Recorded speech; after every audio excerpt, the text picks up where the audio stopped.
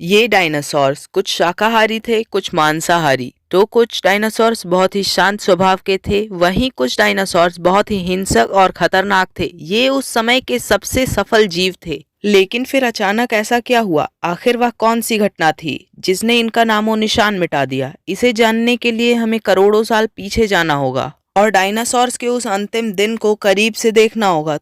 तो आइए चलते हैं आज से लगभग 6.5 करोड़ साल पीछे।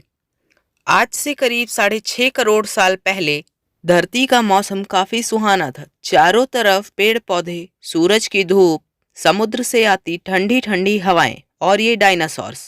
परंतु यहाँ डायनासोर्स के अलावा एक और प्रजाति भी था जो आकार में बहुत छोटा था और ये आज के चूहे जैसा दिखता था। असल मायनों में यही हमारे प्राचीन पूर्वज थे और आगे चलकर हम इन्हीं से विकसित होने वाले थे। ये थे मैमल्स यानी स्तनधारी जीव। आपकी जानकारी के लिए मैं बता दूं कि डायनासोर्स अंडे देते थे, लेकिन मैमल्स अंडे नहीं देते हैं।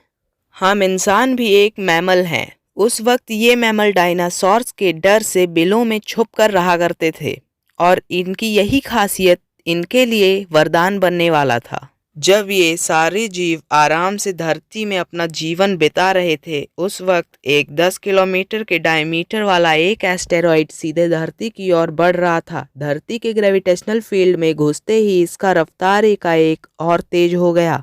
प्रत्येक सेकंड के साथ साथ ये धरती के करीब और करीब बढ़ता जा रहा था। करीब 70,000 किलोमीटर के रफ्तार से ये धरती के वायुमंडल में प्रवेश करता है।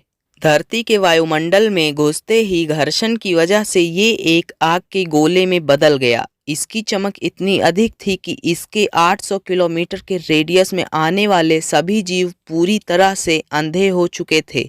ये जीव इसे देख नहीं पा रहे थे, पर वो इसे महसूस कर सकते थे। एस्टेरॉइड जमीन से टकराता है और एक बहुत ही भयानक विस्फोट होता है। ये विस्फोट इतना शक्तिशाली था कि इसके टकराते ही पृथ्वी की लाखों मेट्रिक टन धातु अंतरिक्ष में चला गया। विस्फोट वाले जगह पर एक 180 किलोमीटर चौड़ा और 20 किलोमीटर गहरा गड्ढा बन गया। इस गड्ढे का सारा मैटर आसमान में एक बड़े धूल के बादल का निर्माण कर दिया।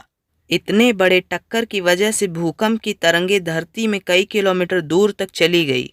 इस वजह से समुद्र में विशालकाय लहरों का निर्माण हुआ और एक के बाद एक सुनामी की लहरें चारों तरफ बढ़ने लगी। धरती के महाविनाश की प्रक्रिया आरंभ हो चुकी थी। इस विस्फोट में रेडिएशन की मात्रा इतनी बढ़ गई कि इसके 800 किलोमीटर के दायरे में आने वाले सभी जीव जल कर पूरी तरह से राख हो गए।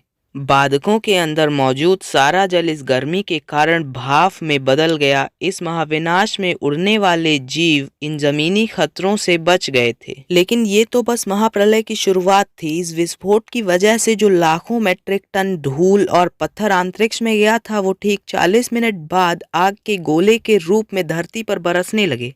साथ धूल का एक बहुत बड़ा तूफान 2000 किलोमीटर प्रति घंटे की रफ्तार से मौत लेकर आ रहा था। ये धूल के बादल कई किलोमीटर मोटे थे। इसकी वजह से सूरज की रोशनी का धरती पर पहुंचना नामुमकिन था।